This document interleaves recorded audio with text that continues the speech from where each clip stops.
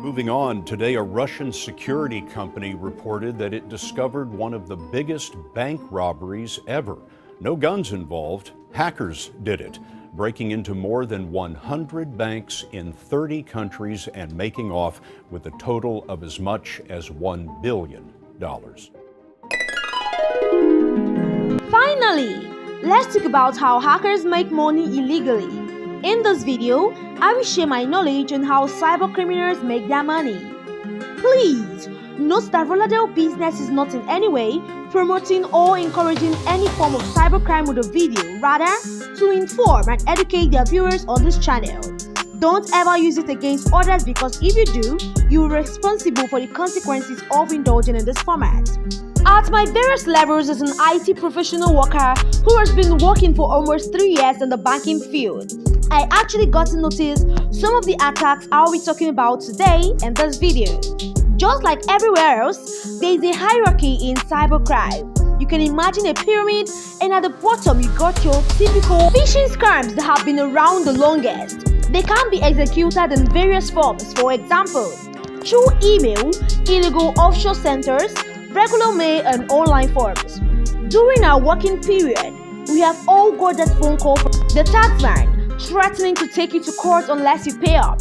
Usually, some small amount, or maybe you remember receiving a letter in the mail stating that you have hit a lot of jackpot and just need to pay small processing fee to get your millions. These are fairly primitive scams executed in huge numbers, targeting mostly individuals where the payouts per victim is usually small.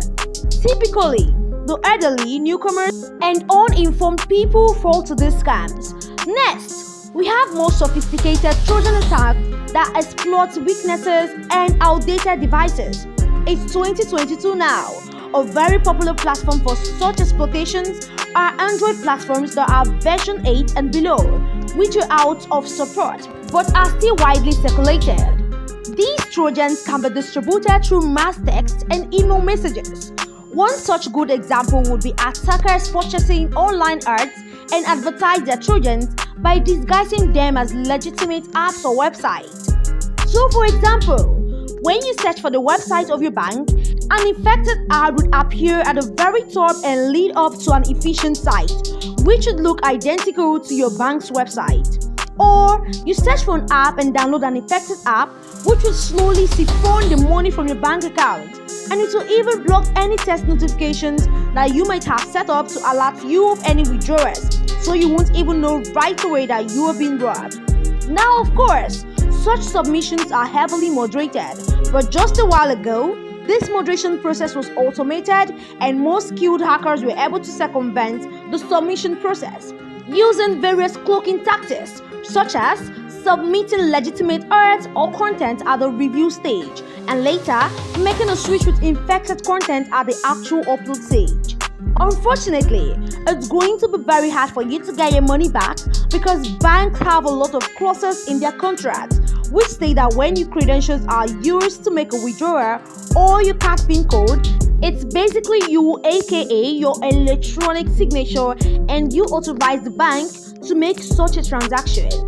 This is different if you lose your card and some homeless guy picks it up and uses the closest gas station to get a few cartons of cigarettes. In this case, you can prove typically with the help of cameras that it was not you, and therefore it was not a valid transaction, and you will get your money back.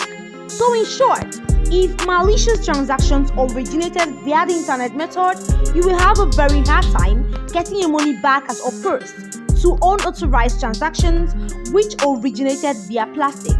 Just to recap, this is more sophisticated method with the use of vulnerabilities which hackers find in popular applications such as browsers, Microsoft Word, or operating systems to infect your hardware with a Trojan.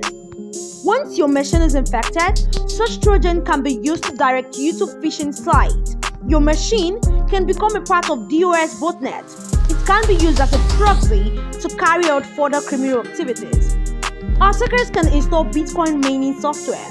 Your hard drive and your backup can be encrypted for ransom. Your camera, microphone, social media communication is going to be compromised and can be used later to blackmail you. So the possibilities are endless.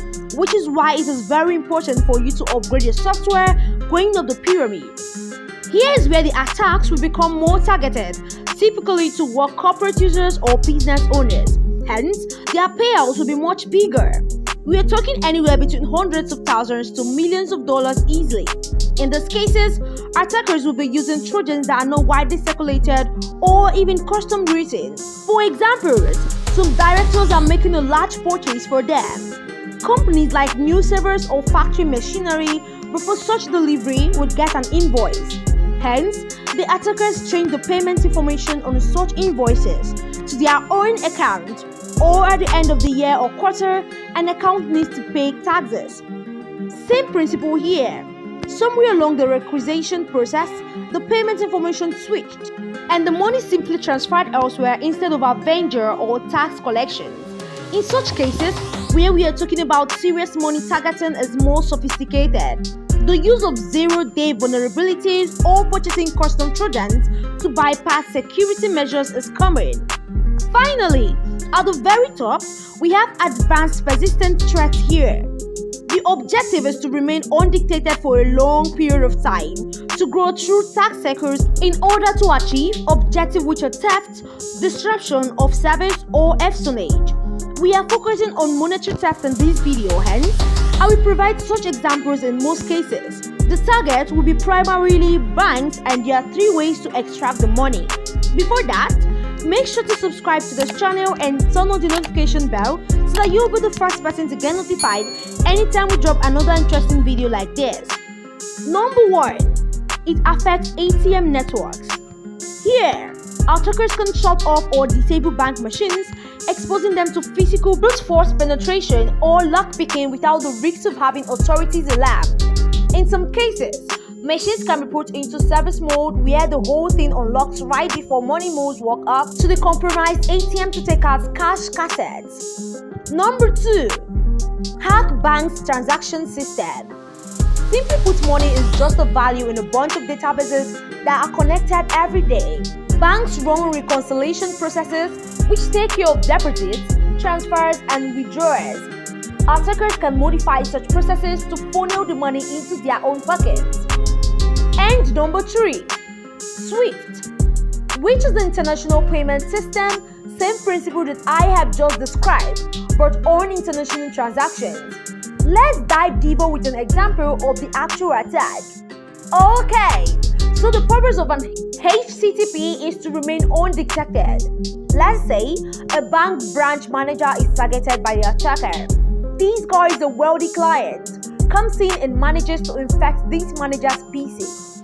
Typically, he can't do much on employees' privileges and you need admin rights. So, attackers elevated privileges. These can be done technically with the use of custom Trojan keyloggers, network, sniffers, and so on, or with a bit of social engineering. For example, attackers can break something on this manager's PC so that the support or admin remotes and to fix it. Now, the bad guys have admin accounts and they keep elevating until they have whole domain rights, at which point they literally become like the bank's employees. Trojans are no longer needed and are removed, and now it is very hard to track what's going on. At this point, attackers can create faulty accounts, raise card limits, steal credit card and other customer data to be sold on darknet, and you get the idea. These hacking groups are highly organized, extremely intelligent. This would conclude my video. I hope you learned something new and remember to always upgrade your software. Thanks so much for watching and bye for now.